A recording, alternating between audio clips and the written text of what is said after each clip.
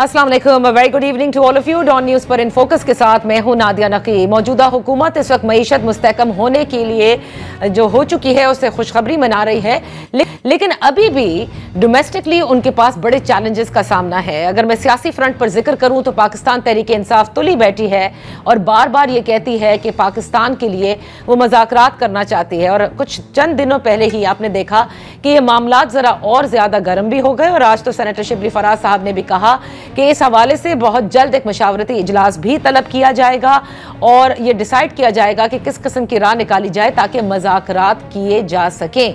दूसरी जानिब पाकिस्तान मुस्लिम लीग नून की अपनी जो इत्तेहादी जमात है पाकिस्तान पीपल्स पार्टी, वो एक मंसूबे से खाइफ है जिस पर वो एहतजाज कर रही है और बाकायदा आज हैदराबाद में भी इस हवाले से जलसा हो रहा है। जबकि पिछले कई हफ्तों से हम देख रहे हैं कि सिंध में कॉम्परस जमातें हों या पाकिस्तान पीपल्स पार्टी, वो दरियाए सिंध पर नहर के मंसूबे यानी जो 6 कनाल्स निकालने हैं उस पर न सिर्फ मोतरज़ है बल्कि वो ये कहती है कि हर हद तक जाएंगे और किसी सूरत भी दरियाए सिंध पर मजीद नहरें नहीं तामीर होने देंगे। अब आते हैं जो इसके अलावा एक और मंसूबा है, वो है मिनरल्स और मादियानात जिसे कहते हैं, उसके हवाले से एक कानून साजी होनी है। इस कानून साजी पर भी अगर हम देखें तो खैबर पख्तूनख्वा की जो जमातें हैं बिलशमूल पाकिस्तान तहरीक इंसाफ, उनके भी तहफ़्फ़ुज़ात मौजूद हैं। अलबत्ता JUI यानी मौलाना फजल रहमान साहब ने रवां हफ्ते एक प्रेस कॉन्फ्रेंस भी की और उसमें बाकायदा तौर पर हुकूमत को कहा कि वो होश के नाखुन ले, ये इंतहाई हसास मामला है और इसको किसी सूरत भी इस तरह से नहीं हल करने दिया जाएगा, यानी जिस शक्ल में यह कानून है इसे पास नहीं करने दिया जाएगा। अब आते हैं कि शहबाज शरीफ साहब और उनकी हुकूमत क्या करेगी। क्या वो माइंस एंड मिनरल्स बिल के हवाले से मशावरत का अमल ओपन करेगी या इस कानून साजी के लिए वो मदद हासिल करेगी? इस पर बात करते हैं। इन फोकस हैं हाफिज हमदुल्ला साहब, सीनियर रहनुमा हैं जमीयत उलमा इस्लाम से। बहुत बहुत शुक्रिया हाफिज हमदुल्ला साहब हमें ज्वाइन करने के लिए। ये बताइएगा कि मादनियात और की जो कानून साजी होनी है इस पर मौलाना फजल रहमान साहब ने और आपकी जमात ने बड़ी मुखालफत भी की है, कहते हैं कि हसास मामला है, लेकिन ये तो पाकिस्तान के लिए बेहतर है क्योंकि शहबाज शरीफ साहब ये कहते हैं कि जितने पाकिस्तान कुदरती वसाइल से मालामाल है इसकी इन्वेस्टमेंट से इससे मईशत को बड़ा इस्तेहकाम भी मिलेगा और बिलाखिर हमारी IMF के कर्जों से जान छूट जाएगी। बिस्मिल्लाहिर्रहमानिर्रहीम। बहुत शुक्रिया नादिया। बुनियादी तौर पर तो पाकिस्तान को तरक्की याफ्ता मुल्क कौन सी सियासी जमात है कि वो देखना नहीं चाहती है। दुरुस्त। जमीयत उलमा इस्लाम पाकिस्तान को हर हवाले से मजबूत मुल्क देखना चाहती है, ख्वाह माशी मैदान में हो या सियासी महाज पर हो या अमन व अमान के हवाले से हो। लेकिन बदकिस्मती से जो दावे किए जा रहे हैं, जिस तरीके से पाकिस्तान को तरक्की के इंजेक्शन लगाने की कोशिश की जा रही है, ख्वाह वो सियासी महाज पर हो या माशी महाज पर हो या सिक्योरिटी महाज पर हो, वहाँ हिकमत अमली, मनसूबा बंदी, तदब्बर और तफक्कुर कम और ताकत का इस्तेमाल ज़्यादा। अब आप मुझे बताइए कि एक मरीज़ को आपने ICU में रखा है, उसके इलाज के लिए कोई मुशावरत, डॉक्टरों का एक आपस में मेडिकल बोर्ड, फिर उसके लिए दवा की तशखीस और इसके साथ साथ सबसे ज़्यादा बात, बुनियादी बात यह है कि उनका जो अटेंडेंट है उसको एतमाद में लेना, आगे उसकी इलाज का प्रोसेस शुरू हो जाएगा। जब आप उनकी अटेंडेंट, उनके करीब, उनके बेटे का रिटर्न न ले, उनकी गारंटी और शरंटी न ले ले, उस वक्त तक आप मरीज़ का इलाज नहीं कर सकते हैं, ना आगे बढ़ सकते हैं। अगर खुदा न खासा कोई नुकसान हुआ फिर इसका जिम्मेदार कौन होगा? तो अटेंडेंट मौलाना फजल रहमान साहब हैं। तरक्की देना चाहे अटेंडेंट मौलाना फजल रहमान साहब हैं। मैं अर्ज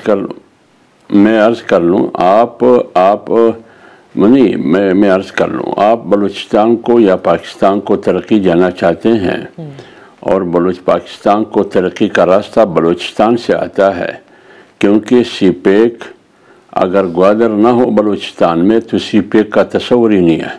तो तरक्की का रास्ता ग्वादर से आता है और ग्वादर बलूचिस्तान से आता है और बलूचिस्तान के रास्ते से गुजर जाता है। और जहाँ तक मादनियात और मादनी वसाइल की बात है, अगर बलूचिस्तान में मादनी वसाइल ना हो تو پھر آپ کس چیز کی معاہدہ کرتے ہیں؟ آپ کس چیز کی قانون سازی کرتے ہیں؟ جب آپ قانون سازی کرتے ہیں، معدنی وسائل کو لے کے ہڑپ کیا جاتے ہیں، کیا کوئی آئین ہے یا نہیں ہے؟ تو آئین کے مطابق آپ نے قانون سازی کرنی ہوگی۔ تو آئین نے تو جتنی بھی معدنیات ہے، جتنی بھی ذخائر ہے، یہ کلی طور پر یہ صوبے کے اختیار میں ہے، ماشاءاللہ آئل اور گیس کے۔ آئل اور گیس میں 50-50 ہے وفاق اور صوبہ۔ اس کے علاوہ باقی جتنی بھی معدنیات ہے، جتنے بھی ذخائر ہے، زمین کے نیچے جتنی بھی وسائل ہے، اس کی ملکیت A to Z یہ صوبے کا ہے۔ آئین بھی یہی کہتا ہے اور 18ویں ترمیم کے بعد بھی یہی فیصلہ ہے۔ ٹھیک ہے۔ تو جب آپ آئین کی خلاف ورزی کرتے ہیں ایک سادہ سے قانون کے ذریعے، وہ آئینی اختیارات جو صوبے کے پاس ہے، وہ آپ صوبے کی وسائل کو لوٹنا چاہتے ہیں، ہڑپ کرنا چاہتے ہیں، اس پر ڈاکہ ڈالنا چاہتے ہیں، تو آپ کے خیال میں مولانا فضل الرحمان پھر خاموش ہو جائے؟ کیوں خاموش ہو جائے؟ نہیں، لیکن جو مجوزہ، ایک قطع کلامی کے لیے معافی چاہوں گی، ایک منٹ حافظ عبداللہ صاحب، اب ذرا سٹیپ بائی سٹیپ چلتے ہیں۔ مجوزہ قانون جو ہے مائنز اینڈ منرلز کا، یہ کہاں پر کہتا ہے کہ وفاق کا فل کنٹرول ہوگا؟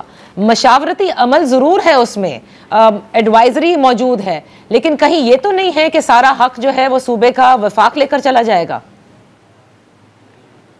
دیکھیے بات یہ ہے، آپ کی مجبوری کیا ہے؟ آپ نے اس پوری قانون سازی میں اختیار SIFC کو دیا ہے۔ SIFC کس چیز کا نام ہے؟ وہ کس طاقت اور قوت کی نمونہ اور پہچان ہے؟ اس کے مقابلے میں، اس کے سامنے آپ کے خیال میں میر سرفراز بخشی بول سکتا ہے؟ یا اس کے سامنے بلوچستان کا وزیر خزانہ بول سکتا ہے؟ یا اس کے سامنے بلوچستان کی حکومت بول سکتی ہے؟ یا اسمبلی بولے گی؟ SIFC کا کیا تعلق ہے؟ پھر یہ بتائیے کہ SIFC کی جو ادارہ ہے، اس کی قانونی حیثیت کیا ہے؟ اس کی عینی حیثیت کیا ہے؟ نہیں تو اب آپ SIFC کو بھی کویسچن کر رہے ہیں، ٹھیک ہے، آپ کے تحفظات ہوں گے اس قانون سے، بالکل کر رہا ہوں، لیکن آپ SIFC کو کیسے؟ میں قانون سازی کو آئین کے ماورا سمجھتا ہوں، صوبائی خود مختاری پر ڈاکہ سمجھتا ہوں، اور آئین سے متصادم سمجھتا ہوں، اور ایک ایسی اداروں کا کنٹرول میں دینا چاہتے ہیں جو نہ آئینی ہے نہ قانونی ہے۔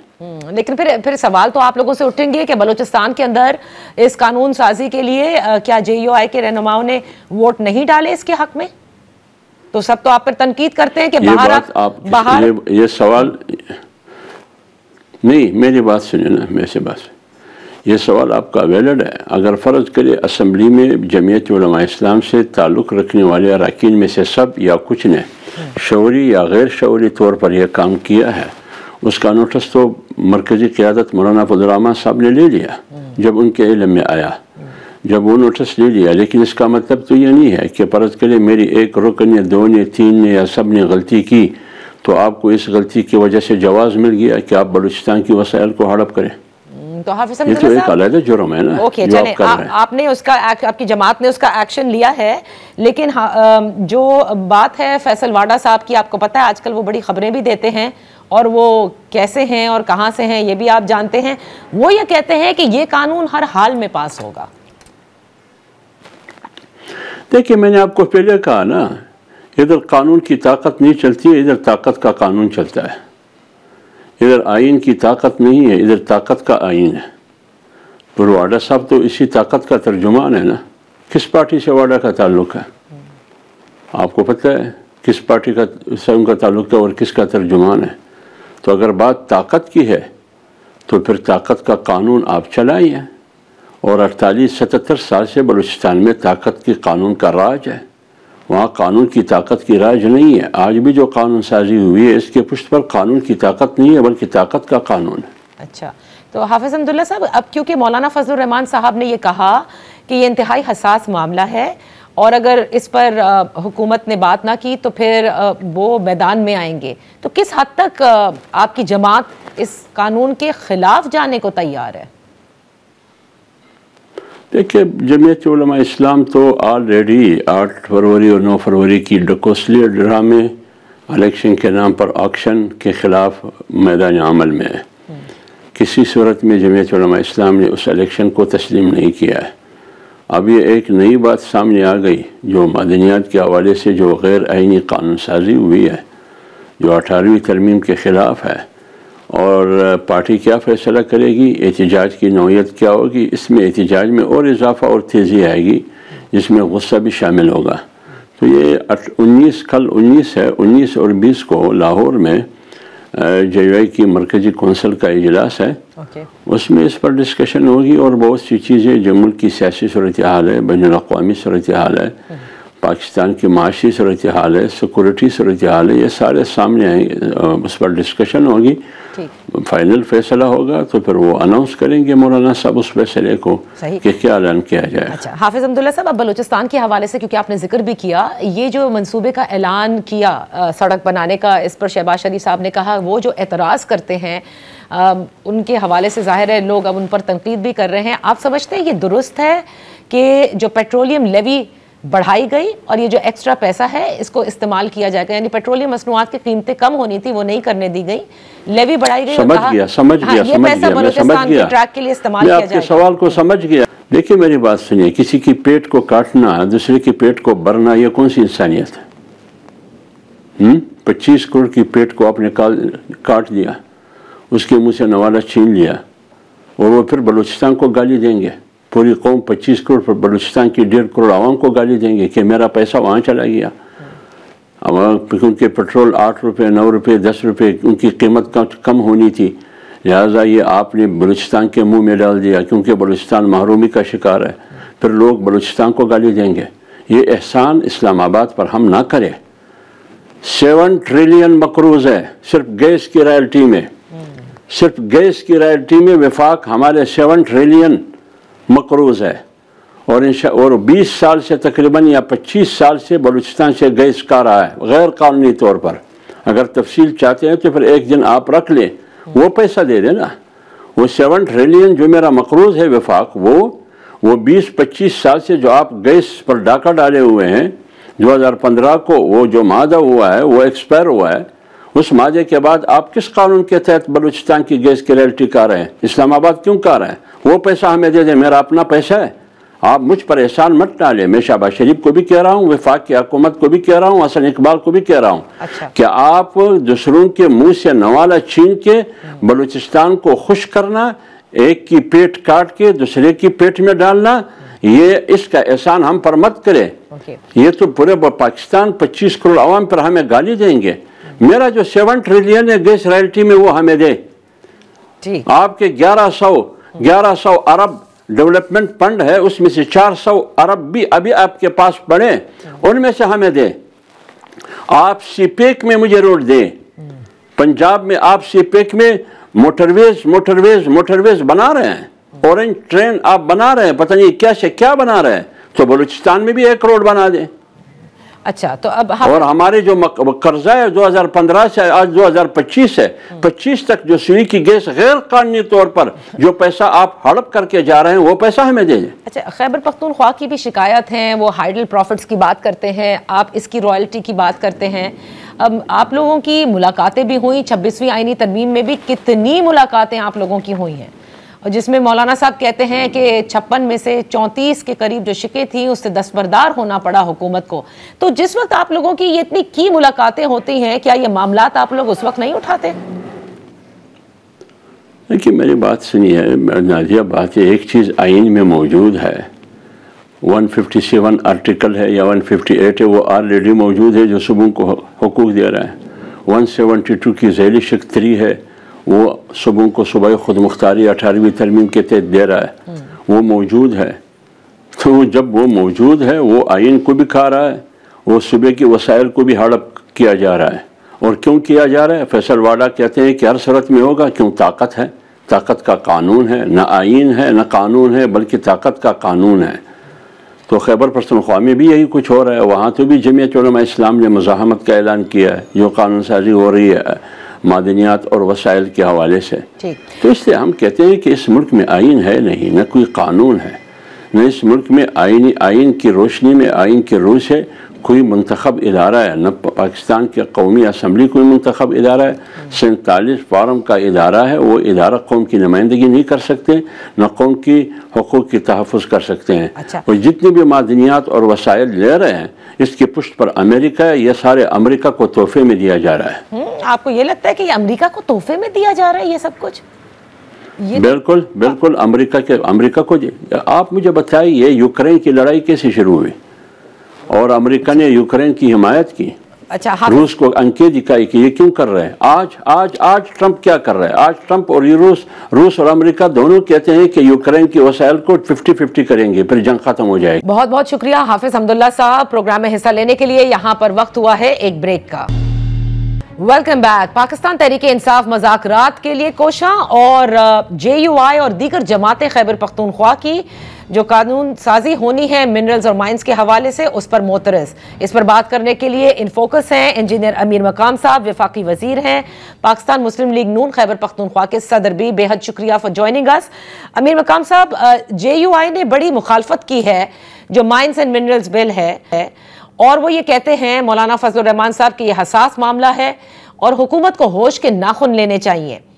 وہ یہ ساتھ میں حافظ حمداللہ صاحب بھی ہمارے ساتھ تھے، وہ یہ کہتے ہیں کہ یہ آئین اور قانون کے خلاف ہے اور صوبے کے جو وسائل ہیں اس پر ایک طرح سے قبضہ کیا جا رہا ہے جو کہ وہ ہونے نہیں دیں گے۔ تو ہر ایک اپنا پوائنٹ آف ویو اور ہر ایک اپنا حق ہے کہ بات کر سکتے ہیں، مگر اگر PTI والے ان کی میجارٹی ہے، ہماری تو ساری پارٹیاں ملا کر کوئی 26-27 نشستیں KP اسمبلی میں اور ان کے تقریباً 100 ممبران ہیں، ان کو تو کسی کی اصل ڈپینڈ کرتا ہے PTI پر کہ وہ بل کو کس طرح دیکھتے، اور مگر ان کے درمیان بھی جو کچھ ہم سن رہے اور دیکھ رہے ہیں تو ان کے اندر اپنی بھی کوئی رفٹ ہے، کسی کا بیان آ رہا ہے اور کسی کا دوسرا بیان آ رہا ہے، ان کے اندر بھی کنسنسس نہیں ہے، اس لیے یہ ایشو بن چکا ہے کیونکہ بل تو کسی دوسری پارٹی کا نہیں ہے، انہوں نے PTI نے بل پریزنٹ کیا، پیش کیا پروونشل گورنمنٹ نے، تو ان کو سب سے پہلے تو آپس میں ان کی کنسنسس ہونی چاہیے اور بعد میں اپوزیشن پارٹیوں کا رائٹ ہے، حق ہے، ہم بھی KP میں اپوزیشن کا حصہ ہے، مولانا صاحب بھی ہے، تو ان کا ہر ایک اپنا حق ہے کہ وہ اپنا پوائنٹ آف ویو اس پر دیکھ لے اور جو اس کی پارٹی کا یا جن ممبران کا جو سٹانس ہے اس کے مطابق بات کی جائے، مگر بل کا پاس ہونا یا فیل ہونا نہ ہونا وہ ڈپینڈ کرتا ہے پروونشل گورنمنٹ اور PTI کے ممبران پر۔ لیکن آپ نے بات کی کہ ٹھیک ہے یہ پروونشل اسمبلی میں پیش ہوا، لیکن جو اعتراض ہے وہ ان کی پارٹی کے اندرون خانہ بھی یہی کہتے ہیں کہ یہ بل وفاق کی جانب سے دیا گیا، وہ بھی ایک ایسے موقع پر جب مائنز اینڈ منرلز کا انویسٹمنٹ فورم ہو رہا تھا، تمام صوبوں کو یہ دیا گیا ہے اور کہا گیا ہے کہ اسے پاس کیا جائے۔ اصل اعتراض تو ان کا یہ ہے، وہ کہتے ہیں 18ویں ترمیم کی روح کے یہ خلاف ہے، ایک تو اس طرح سے قانون پاس کروانا اور دوسری جانب جو بھی ان کے اعتراضات ہیں اس قانون کو لے کر مجوزہ۔ یہ مطلب ہے کہ آپ نے بات کی تو کسی پر زبردستی تو بل انڈورس نہیں کیا جا سکتا ہے، اگر پیش کرتا ہے تو آپ وفاق کی بات کرتے ہیں تو وفاق کے تو ہم نمائندے، ہم نے تو کوئی بل پیش نہیں کیا، تو یہ تو ان کا اپنا PTI اور پروونشل گورنمنٹ کا معاملہ ہے کہ بل لے بھی انہوں نے کیا ہے، اگر ان کو اس طرح اعتراضات تھے اور کسی اور نے دینا تو ان کو یہ بات بھی عجیب سی ہے، نہ ماننے والے تو ان کو کیا انہوں نے لے کیا وہ کیا، اور جب ان کو وہ ٹھیک ہی نہیں لگا اور ٹھیک ہی نہیں لگا تو وہی بل بنانا، اعتراضات دور کرنا ان کی اپنی ذمہ داری ہے، اور یہ ہم سارے کہتے ہیں کہ وہی پروونشل 18ویں ترمیم میں جو کچھ ہے ان پر کوئی آنچ نہیں آنا چاہیے، تو ہر ایک کا حق ہے، رائٹ ہے کہ وہ اعتراض کرے اور پھر اس کو ٹھیک شکل میں پیش کر دیا جائے۔ اس سے پہلے اسی طرح چیز بنانا تو اس کو پھر اگر کوئی بات تھی اور کسی نے ان کو کہا تھا کہ اس طرح ہونا چاہیے تو انہوں نے آپس میں بیٹھ کر اس کو دیکھ لینا چاہیے تھا اور پھر प्रेजेंट कर लेना चाहिए। आप तो ऐसी बात कर रहे हैं अमीर मकाम साहब जैसे विफाक का तो इन बिलों से कोई ताल्लुक ही नहीं है, इस माइन एंड मिनरल की कानून साजी से। सूबे में तो बिल पेश नहीं कर रहे हैं ना, ये तो आपका ख्याल है या ये एक और बात है। तो विफाक तो सूबे में बिल अंदर से नहीं पेश करे कि पीटीआई की मेंबरान पर पेश करे उनके, मगर अगर विफाक का एक आइडिया ख्याल वो तो एक और बात है, वो हो सकती है, मगर उसको खुद उसको डिबेट कर लेना चाहिए था और फिर सबको कंसेंसस से आगे लाना चाहिए था। और अब भी वही वक्त है, कोई वक्त गया नहीं है, हमने 21 तारीख का सुना है, तो उनको वही देख लेना चाहिए और कंसेंसस से और इत्तेफाक राय से सूबे की मफाद में और मुल्क की मफाद में बात कर लेनी चाहिए। हर एक चीज को सियासत का नजर नहीं होना चाहिए कि बस इसी तो अमीर मकाम साहब इसका मतलब मौलाना स्कोरिंग मिलेगा, उसी पॉइंट ऑफ व्यू से देखकर अपने सूबे की आवाम की राइट्स का तहफ़्फ़ुज़ भी करे और मुल्क का और सबका ख्याल रखे। इसका मतलब मौलाना फजलुर रहमान साहब का हुकूमत, और हुकूमत का मतलब उन्होंने तहरीक इंसाफ से नहीं कहा, यानी खैबर पख्तूनख्वा की हुकूमत नहीं, वफाकी हुकूमत को उन्होंने कहा है। इसका मतलब फिर उनके एतराज़ात भी आप लोगों से इस हवाले से बिल्कुल गलत हैं। नहीं मतलब है इसी पर जो आप बात करते हैं, मुझे ये बात समझ नहीं आ रही जितना कि बिल का हमारे लिए काबिल एहतराम है, उसका अपना पार्टी है, उसका अपना एक पॉइंट ऑफ व्यू है, उसको हक हासिल है कि वही बात कर सकते हैं। इस पर तो कोई दूसरी बात और दूसरी आरा हो नहीं सकती है और हम हर एक के अपना पॉइंट ऑफ व्यू है। मगर मैंने बिल की रियलिटी की बात की कि इसको इस बात पर डिबेट कराना कि वो मरकज ने जबरदस्ती प्रोविंशियल असेंबली केबी में पेश किया, ये भी एक अजीब बात है। और पीटीआई के लिए भी इस तरह बात करना, ये तो अफसोस की बात है, इस तरह बात न है और न कर लेनी चाहिए। ठीक है। अगर कोई चीज किसी को कहा गया है तो उसको देख लिया जाए और इसी को कहे कि हम इस चीज को ठीक करते और इसको अंदर फिर लेकर देते, ये बात होनी चाहिए थी ना। फिर अगर इसी तरह बात है तो फिर तो उनकी भी इसमें एक अजीब सी बात है, मैं इसमें पर मजीद बात करना मुनासिब नहीं है, मगर शॉर्टकट बात और इसे सियासी सही है। आप कह रहे हैं सियासी पॉइंट स्कोरिंग नहीं करनी चाहिए। मौलाना फजलुर रहमान साहब ने कहा है कि उनकी जमात का 2 दिन इस पर इजलास भी होगा और दीगर मामलात पर वो फिर आपके सामने भी आ जाएगा कि वो क्या कर रहे हैं और क्या एतराज़ात हैं। ठीक है ना, मौलाना साहब का तो मैंने आपको कह दिया कि हर एक का अपना स्टांस है, हर एक की अपनी पार्टी है। हम खुद भी देख रहे हैं, मेरा भी भाई अपोजिशन लीडर है कि केपी असेंबली में पूरी अपोजिशन का अपना स्टांस है, अपोजिशन में हम कई पार्टी है, फिर हमारे हर एक का अपना अपना स्टांस हो सकता है। मगर इस तरह जिस तरह इस पर सियासत हो रही है और जिस तरह पेश किया जा रहा है वो मुनासिब नहीं है, ना हमारे सूबे की मफाद में और न मुल्क की मफाद में। अगर कोई इस तरह की बात गलत हो तो हम सारे उसके साथ है कि सूबे के राइट्स को मुकद्दम लेना चाहिए, पहले लेना चाहिए। मगर यही भी हम कहते हैं कि वही जो कई 100 सालों से हम हमारे इतने मिनरल्स और इस जमीन के अंदर दबे हुए, तो इस गरीब सूबे के लिए, अवाम के लिए और मुल्क की बेहतरी के लिए वो भी काम पर लेना चाहिए। हम भी ये कहते हैं कि जो सूबे की राइट्स का तहफ़्फ़ुज़ भी होना चाहिए और वही लोग जो इन्वेस्ट कर रहे हैं, जो अपना पैसा लगा रहे हैं, उनके वही राइट्स का भी ख्याल रखना चाहिए। तो ये हम सब यही की बात है, उसे इस तरह चीज बनाना मुनासिब नहीं। अमीर मुकाम साहब, आपने गरीब सूबे का जिक्र किया, अगर आपका मुराद खैबर पख्तूनख्वा से, तो अली अमीन गंडापुर साहब गुज़िश्ता रोज ये कह चुके हैं कि सूबा सबसे ज्यादा अमीर है, करप्शन उन्होंने कंट्रोल कर ली है। अमीर है मगर किस चीज में अमीर है वो तो अली अमीन गंडापुर साहब को पता है। अली अमीन गंडापुर से पता है कि हमारे साथ सरप्लस भी पड़े हुए, तो सरप्लस क्यों न पड़ेगी किस चीज पर? तो न कोई अस्पताल बनाता है, न कोई प्रोजेक्ट बनाता है, न कोई एजुकेशन पर लगाता है, न कोई और काम करता है। जो हिस्सा हमारे यूनिवर्सिटी में जो हमारा शेयर बनता है और केपी को आता है, तो अपना काम जो उसके अपने काम धरने, दूसरे काम, तीसरे काम जिस तरह लेते हैं वो अपना काम लेते हैं और बकाया अपने साथ वही रख देता है कि चाहे हमारे साथ सरप्लस है। वो तो एक और डिबेट है, इस पर लंबी बात हो सकती है। अच्छा, अब एक चीज बताइएगा अमीर मकाम साहब, कभी कहते हैं हमारे साथ तनख्वाह कि किसी को तनख्वाह नहीं होती और कभी ये कहते हैं। अच्छा, एक और बात मुझे बताइएगा, आजकल आपने देखा होगा कि तहरीक इंसाफ जो है, और कल अली अमीन गंडापुर साहब ने भी कहा, आज शिबली फराज साहब भी ये कह रहे हैं कि मशावरत भी वो करेंगे अपनी पार्टी के तहत, और वो पाकिस्तान के लिए बानी तहरीक इंसाफ मुज़ाकरात करना चाहते हैं। اور اسی پر ان کا زور بھی ہے. تو اور وہ اسٹیبلشمنٹ سے ظاہر ہے مذاکرات کرنا چاہتے ہیں, آپ لوگوں سے نہیں کرنا چاہتے. اس کو آپ کس طرح سے دیکھ رہے ہیں آپ کی حکومت؟ یہ تو کوئی نئی بات ہے نہیں نا, یہ تو ڈے ون سے وہ لگے ہوئے ہیں کہ ہم ہمارے ساتھ تو کہتے کہ آپ کے ساتھ بات ہی نہیں کرنا. پھر اچانک اس کے دماغ میں آ گیا, اسپیکر صاحب کے پاس چلے گئے کہ ہم بات کرنا چاہتے ہیں. تو ہم نے کہا موسٹ ویلکم, آ جائے. ہم نے بھی کمیٹی بنائی, ان کی بھی کمیٹی تھی, اور 42 دن میں دونوں نے اپنے وہ ڈیمانڈ رکھے ہی نہیں کہ ریٹرن ڈیمانڈ دے رہے کیا ہے. اور جب 42 دن بعد وہی ڈیمانڈ دیے تو پھر 2 روز بعد اس کو اچانک کوئی وہی آگے کہتا ہے کہ ہم مذاکرات ختم کرنے کا اعلان بھی کرتے. ان کی وہ نان سیریسنس کی میں کیا بات کروں. انہوں نے بھی اس طرح ایک ملک سے بھی مذاق بنائے ہوئے اور عوام سے بھی مذاق بنائے ہوئے اور اپنی پارٹی سے بھی مذاق بنے ہوئے, کسی ایک بات پر آتے نہیں.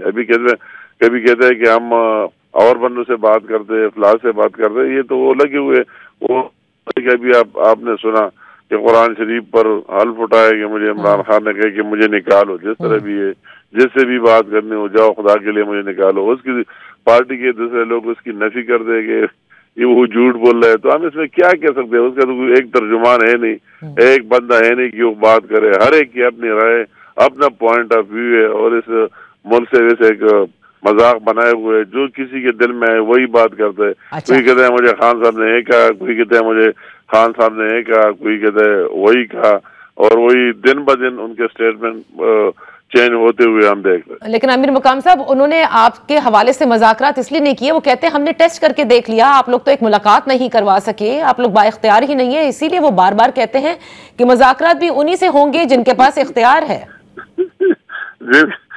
جس کی وہ جس طرح لیتے ہیں اس میں بھی وہ کئی آپ ان کے آرا دیکھ رہے کہ وہ کیا کہہ رہے ہیں, اور وہی آپ کو یہی بھی پتہ ہے, ان کو جواب بھی ملا ہے کہ وہی جو خط کہتا ہے کہ عمران خان نے خود خط لکھا ہے, اور اس خط کے بارے چیف آف آرمی اسٹاف کو اسٹیٹمنٹ بھی کہ میں نے وہ خط کھولا ہی نہیں, اگر آ گیا تو میں اس کو کھولوں گا نہیں اور سیدھے پرائم منسٹر کے پاس بھیجوں گا.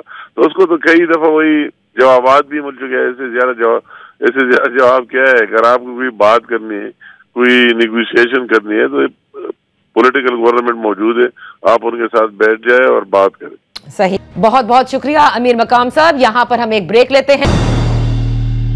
Welcome back. تحریک انصاف مذاکرات کرنا چاہتی ہے, اور اس مذاکرات کے حوالے سے بھی بڑی خبریں ہیں, اور دوسری جانب ملاقاتوں پر بھی ابھی بھی بہت سارے مسائل ہیں. اسی سب پر بات کرنے کے لیے ہمارے ساتھ ہیں نعیم حیدر پنچوتا صاحب. آپ قانون کے سینئر وکیل بھی ہیں اور کور کمیٹی کے ممبر ہیں تحریک انصاف سے. بہت شکریہ فار جوائننگ اس. نعیم حیدر پنچوتا صاحب, پہلے تو بات کرتے ہیں مذاکرات کے حوالے سے. ذرا یہ کلیئرٹی دیجیے گا کہ پاکستان تحریک انصاف مذاکرات کا تو کہہ رہی ہے کہ پاکستان کے لیے بانی تحریک انصاف مذاکرات کرنا چاہتے ہیں, لیکن یہ مذاکرات آپ کس سے کرنا چاہتے ہیں؟ بہت شکریہ, بڑی نوازش, بڑی آپ نے موقع دیا جی نادیہ. دیکھیں, جو بات چیت ہے اس کے حوالے سے خان صاحب نے بڑا کلیئر موقف دیا ہے کہ مجھ سے آ کر بات چیت کرنے کے حوالے سے بات کی گئی تھی, لیکن انہوں نے کہا کہ میں نے اس حوالے سے ٹاسک نہیں دیا, میری ذات کے حوالے سے کوئی بات چیت کی جائے. اور ہمیشہ جو بات چیت پہلے بھی آلریڈی خان صاحب نے جب بھی بات کی تو انہوں نے ملک کی خاطر ہمیشہ بات کرنے کی بات کی. ادروائز ذاتی حوالے سے تو کبھی بھی انہوں نے نہیں کہا کہ میں کوئی ڈیل مانگ رہا ہوں یا مانگنا چاہتا ہوں, یا میں کوئی باہر جانا چاہتا ہوں یا بھاگنا چاہتا ہوں, یا خاموش ہونے کا کوئی معاملہ جو ہے وہ اس کو ایکسیپٹ کریں گے. تو لہٰذا بڑا موقف کلیئر ہے ہمارا. تو نہیں, موقف تو کلیئر ہے آپ کا کہ ڈیل نہیں کرنا چاہتے, کسی کو نہیں کہا تھا کہ جا کے بات چیت کرے. لیکن جو یہ تیسری بات ہے جس پہ آج شبلی فراز صاحب کا بھی بیان سامنے آ رہا تھا کہ مذاکرات کے حوالے سے پارٹی میں مشاورت بھی کی جائے گی, اور علی امین گنڈاپور صاحب بھی کہہ چکے ہیں کہ عمران خان پاکستان کے لیے مذاکرات کرنا چاہتے ہیں, اپنے لیے نہیں. تو یہ جو پاکستان کے لیے مذاکرات کرنا چاہتے ہیں, میں یہی جاننا چاہتی ہوں وہ کس سے کرنا چاہتے ہیں مذاکرات؟ دیکھیں, وہ جو کمیٹی کے اندر خان صاحب سے اور بات چیت ہے وہ اگر کسی سے ہوتی ہے اور ان کی مفادات کی خاطر ہوتی ہے تو وہ اس وقت بیان دے دیں گے ہم بھی, اور جب فیصلہ ہو جائے گا.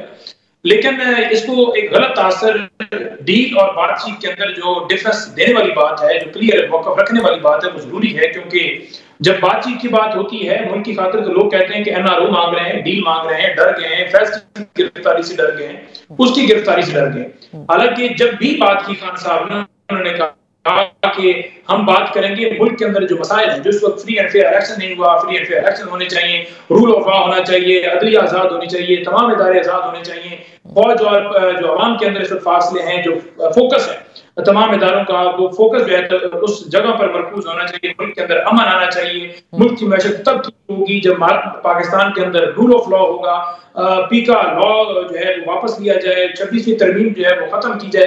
तो ये तमाम तर चीजें जो है ये मुल्क के अंदर जो मसाइल हैं उसको देखते हुए हमेशा बात करने की खान साहब ने बात की, और उसको फिर पॉलिटिकल लीडरशिप ने उसको आगे बढ़ाया। लिहाजा इसको गलत असर ना दिया जाए कि इमरान खान जेल के अंदर बैठ के एक इस्लाम देंगे और लंदन फ्लैट के ऊपर बाहर भाग जाएंगे और फिर वहां जाकर चुप हो जाएंगे। नवाज शरीफ ने, आपने देखा जब उन्होंने डील की थी तो ऐसा ही किया था, और उस वक्त जब कहा जाता था उनसे कि आप क्यों बाहर जा रहे हैं, तो उन्होंने कहा, बल्कि वो कुलसूम नवाज साहबा की अगर आप बयान चला दें तो वो कह रही थी कि हमें अल्लाह ताला ने बुलाया है।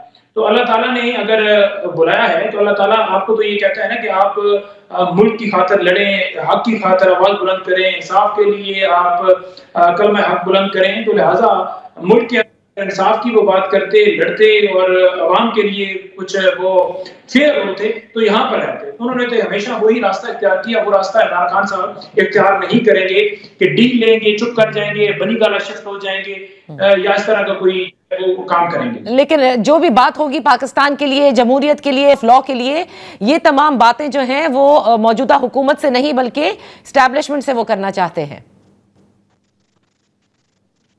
देखिए, जब बात होगी तो उस वक्त मौका भी क्लियर आ जाएगा, लेकिन आपके सामने दोनों चीजें मौजूद हैं कि जब एस्टैब्लिशमेंट से बात करने की भी बात की, उन इदारों से बात करने की बात की, तो खान साहब ने कहा कि जिनके पास इख्तियार है उनसे बात होगी और मुल्क के हवाले से बात होगी, मुल्क की खातिर बात होगी। और जहां दूसरी बात है पॉलिटिकल लोगों से, तो वो भी एक ऑप्शन जब खोला गया तो उसके ऊपर भी पॉलिटिकल तमाम जमातों ने प्रोपेगेंडा किए कि ये डर गए हैं, फैज गिरफ्तार हुआ है और ये अब NRO मांग रहे हैं। अब देखें, ये कहते थे नवाज शरीफ चोर है तो अब क्या चोरी खत्म हो गई है, ये कहते थे जरदारी मिस्टर 10% है तो अब वो खत्म हो गया, अब तो हमारे साथ बात कर रहे हैं। तो वो नवाज शरीफ की जो चोरी उसने की है वो तो खत्म नहीं हुई, और मिस्टर 10% उस वक्त भी था जब बातचीत हो रही थी, तब भी था। और अगर बात की हो रही थी तो वो सिर्फ और सिर्फ इसलिए हो रही थी कि मुल्क की खातिर एक मुख्तलिफ चीजें थी, जिसमें हमने कहा कि 26 साल के ऊपर जुडिशल कमीशन बना दें, 9 मई के ऊपर जुडिशल कमीशन बना दें, या इस तरह की एक और शर्त थी, सियासी कैदियों को जो है वो रिहा किया जाए, झूठे केसेस के अंदर हैं। इमरान खान साहब तो है वो मुल्क की मफादात की खातिर किसी से बात करने के ऊपर आमादा होते हैं। अच्छा, तो अब मुझे ये बताइएगा, क्योंकि बहुत से लोग ये कहते हैं कि तहरीक इंसाफ को अब ये समझ में आ गया है कि खान साहब की रिहाई मुमकिन नहीं हो पा रही और वो पॉलिटिकल स्पेस भी हासिल नहीं कर पा रही आपकी जमात, लिहाजा अब मज़ाकरात करना ही लाजिम है, इसके अलावा और कुछ हो नहीं सकता। और फवाद चौधरी साहब जो कि तहरीक इंसाफ में रह चुके हैं, वो कहते हैं कि जो हमारी पाकिस्तान की सियासी मुसल्लमा हकीकत है उसी के हवाले से वो कहते हैं कि बिल्कुल मज़ाकरात से ही रास्ता निकलेगा, वकला तो ये रास्ता नहीं निकाल सके।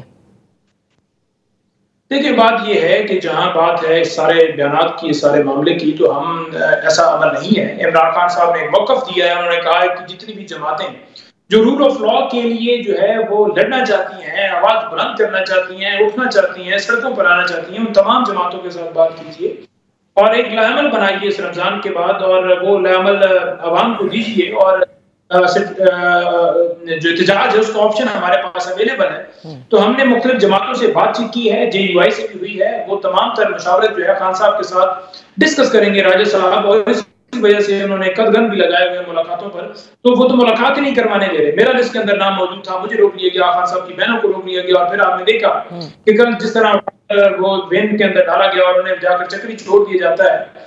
तो मुझे सवाल कह रहे थे कि फरमाइशी ये गिरफ्तारी डाली है, तो मैंने कहा कि अगर फरमाइशी ये गिरफ्तारी थी तो आप भी अपनी बहनों को जरा वहां कहिए, जाइए किसी जेल के बाहर बैठ जाए, उसका भाई अंदर बैठा हो और उसको फरमाइशी तौर पर कहिए कि गिरफ्तार हो जाए।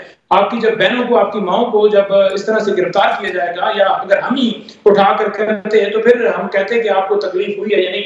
करप्शन की बुनियाद के ऊपर अगर किसी रहनुमा को गिरफ्तार किया गया, उसको भी इतना हाइप दी गई कि फलाने को उठा लिया गया, जरदारी को उठा लिया गया, फलाने को उठा लिया गया, उठा लिया गया, मरीन को उठा लिया गया, हालांकि ये अपनी बहन सिर्फ अपने भाई से मुलाकात, अच्छा, या पॉलिटिकल लीडर से मुलाकात करना चाहिए वहां पर। लेकिन ये बहनों की जो मुलाकातें हैं, नईम हैदर पंचोता साहब, क्या लगता है? देखिए, वकला मिल लेते हैं, सियासी रफका को मसाइल होते हैं, लेकिन बहनें तो पहले मिला करती थी, ये यकदम बहनों को मिलने से क्यों रोका गया है?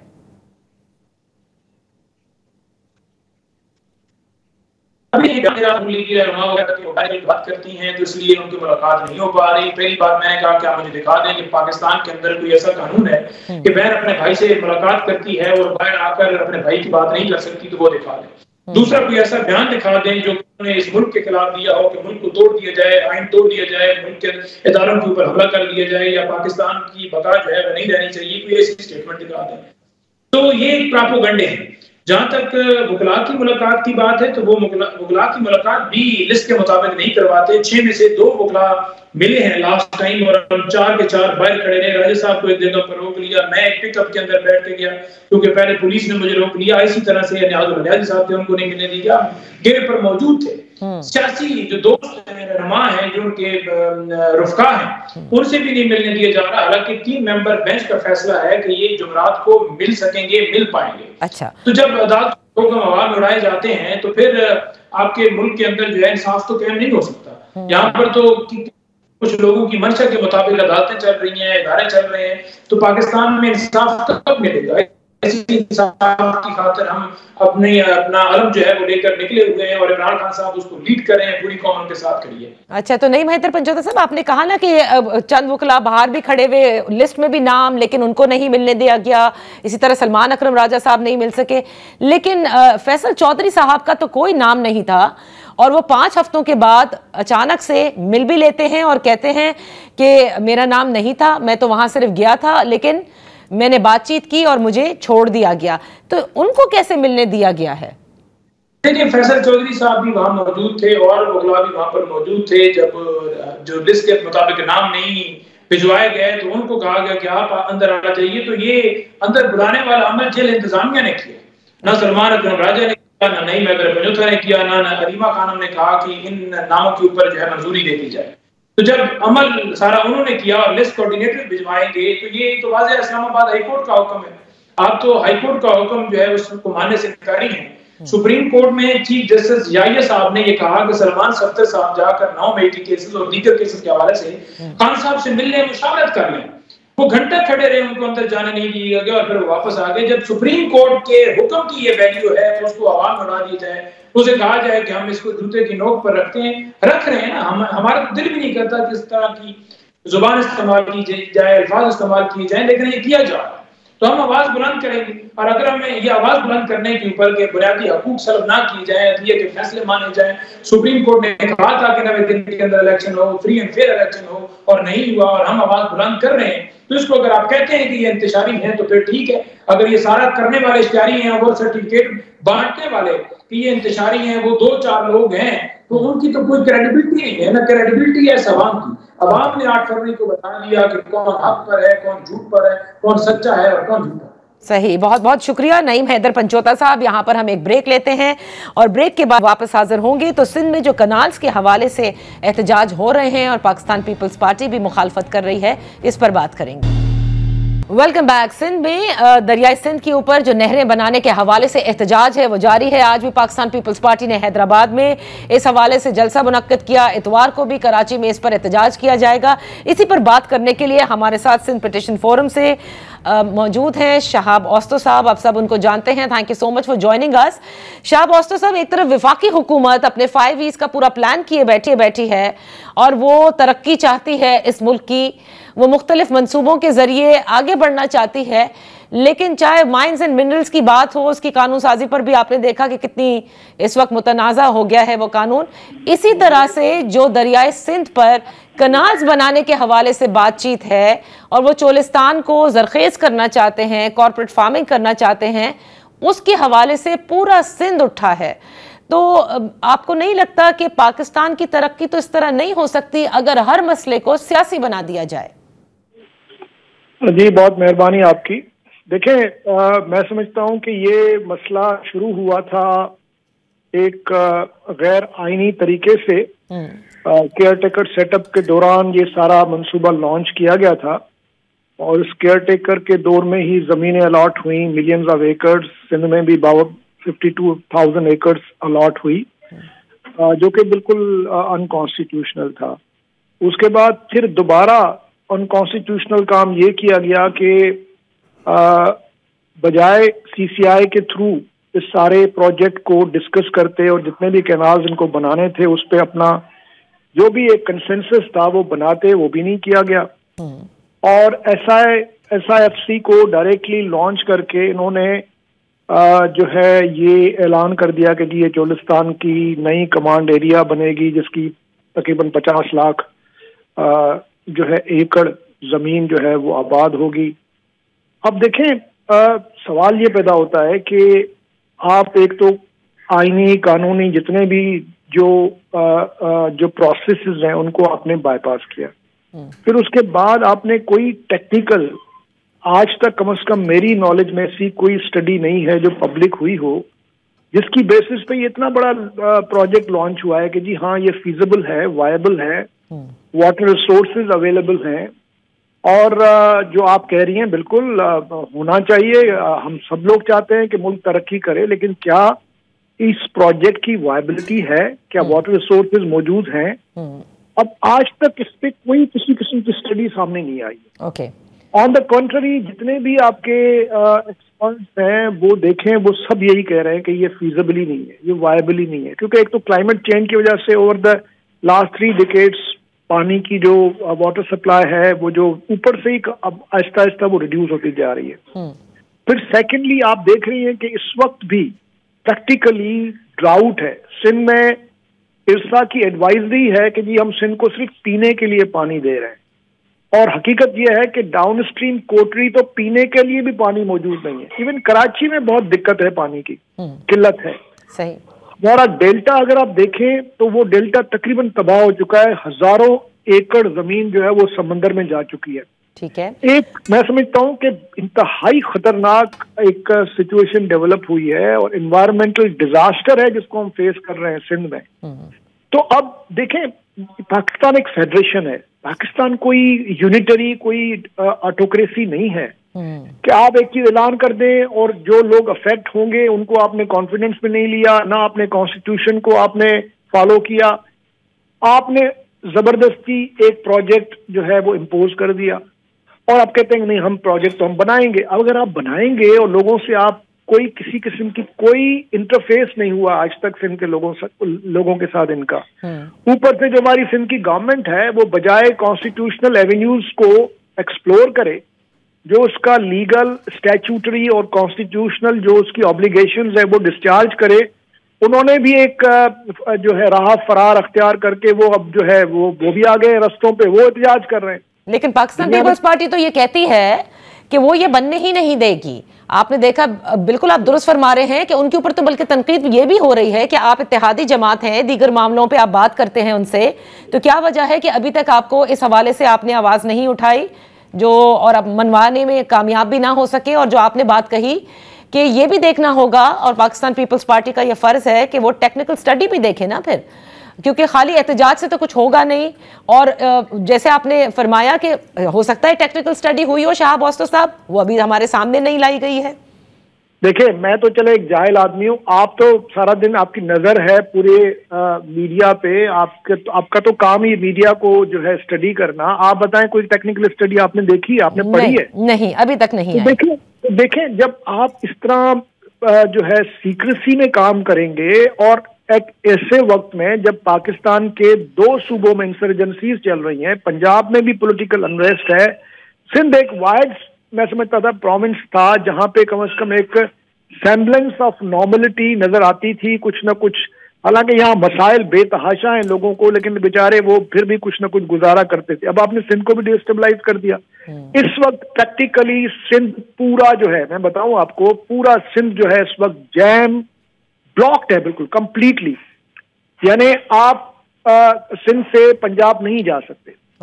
अब बताएं क्या ये तरीका होता है प्रोजेक्ट लॉन्च करने का? लोगों को आपने इतना 8 महीने हो गए, लोग बेचारे हर किस्म के लोग, इसमें सिर्फ जो है वो कोई नेशनलिस्ट नहीं है, ये आपको स्टूडेंट्स, बच्चे, जो प्राइमरी स्कूल्स के बच्चे, आपको फार्मर्स मिलेंगे, आपको इसमें टीचर्स मिलेंगे। दुरुस्त फरमा रहे हैं कि इसमें हर तबका हाय जिंदगी से इस एहतजाज में शामिल है। बहरहाल शाहब औस्तो साहब, अनफॉर्चुनेटली वक्त खत्म हो रहा है प्रोग्राम का, इस पर तफसील से बात करेंगे। इतवार के रोज आप लोगों ने भी एक एहतजाज का कहवा है, लेकिन वफाकी हुकूमत ये कहती है कि मशावरत की जाएगी। वो कब होगी मशावरत, ये अल्लाह ही बेहतर समझ सकता है। दैट्स ऑल फॉर टुडे, इजाजत दीजिए, अल्लाह हाफिज।